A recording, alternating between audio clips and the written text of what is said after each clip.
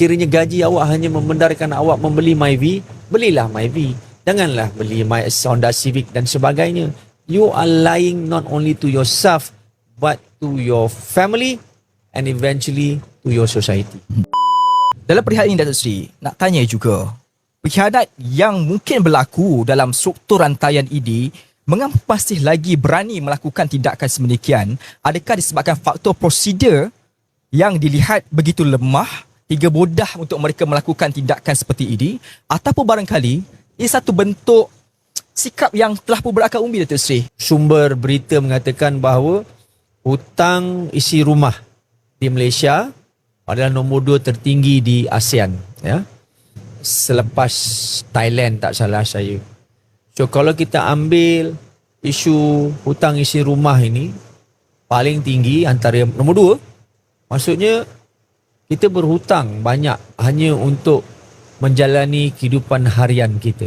Dalam erti kata yang lebih luas, kita menipu diri kita sendiri dengan cara hidup yang sebenarnya kita tak mampu. Dan sekiranya itu berterusan, dia akan memakan negara sedikit demi sedikit. Dan saya mengaitkan dia dengan anak-anak saya sendiri. Sekiranya mereka nanti kehidupan mereka itu sukar disebabkan keadaan ekonomi yang sudah semakin mendesak akibat kepuraan ini, maka akan terlontarlah satu soalan kepada diri saya, dan saya harap tidaklah. Dia kata, mungkin orang tanya, Daddy, people live on a lie. So if I don't lie, I will not be able to sustain my life. Kenapa you nakkan saya hidup dengan seperti mana yang you nak? Sebab kehidupan saya mungkin mudah disebabkan dasar-dasar kerajaan yang memberi saya bantuan pelajaran, bantuan pekerjaan, gaji yang stabil dan sebagainya. Maka saya boleh berdiri atas prinsip itu. Dan tapi kalau majority Malaysians live on a lie, generasi yang akan datang, dia akan terpaksa menipu 2 kali.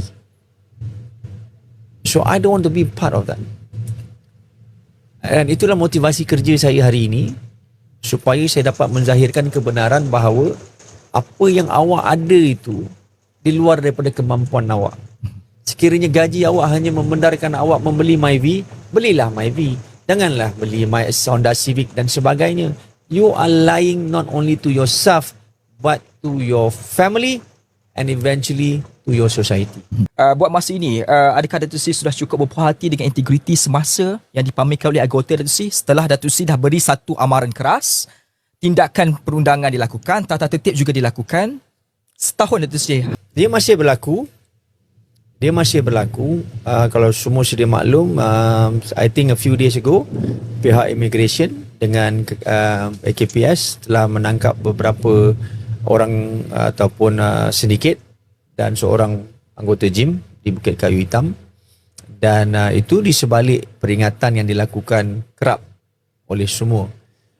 Saya seorang tak boleh, Tuan, untuk memerangi benda ini, dan saya harus berkata jujur bahawa untuk melenyapkan budaya integriti, salah guna kuasa rasuah ini secara tuntas, saya rasa ia satu perkara yang agak mustahil lah. Saya hanya boleh kurangkannya, saya boleh kontrolkan dia supaya dia bukan menjadi budaya.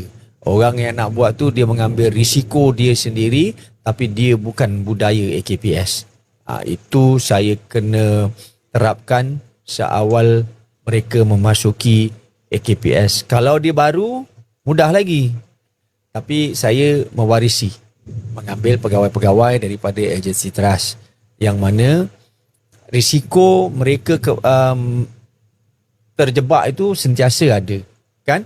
So saya menagih kepimpinan semua peringkat untuk membantu saya dalam memastikan isu integriti ini kekal relevan dengan AKPS. Sebab apa, tadi pun saya ditanya oleh pemberita dan saya tanya, senang saja kalau ada pepatah China mengatakan ikan itu rosak daripada kepalanya. Saya ingin memastikan kepala ikan AKPS tu tak rosak. So saya make sure yang lain-lain pun jangan rosak supaya ikan itu sentiasa segar dan boleh dimakan dengan baik ataupun dinikmati oleh rakyat dengan sempurna.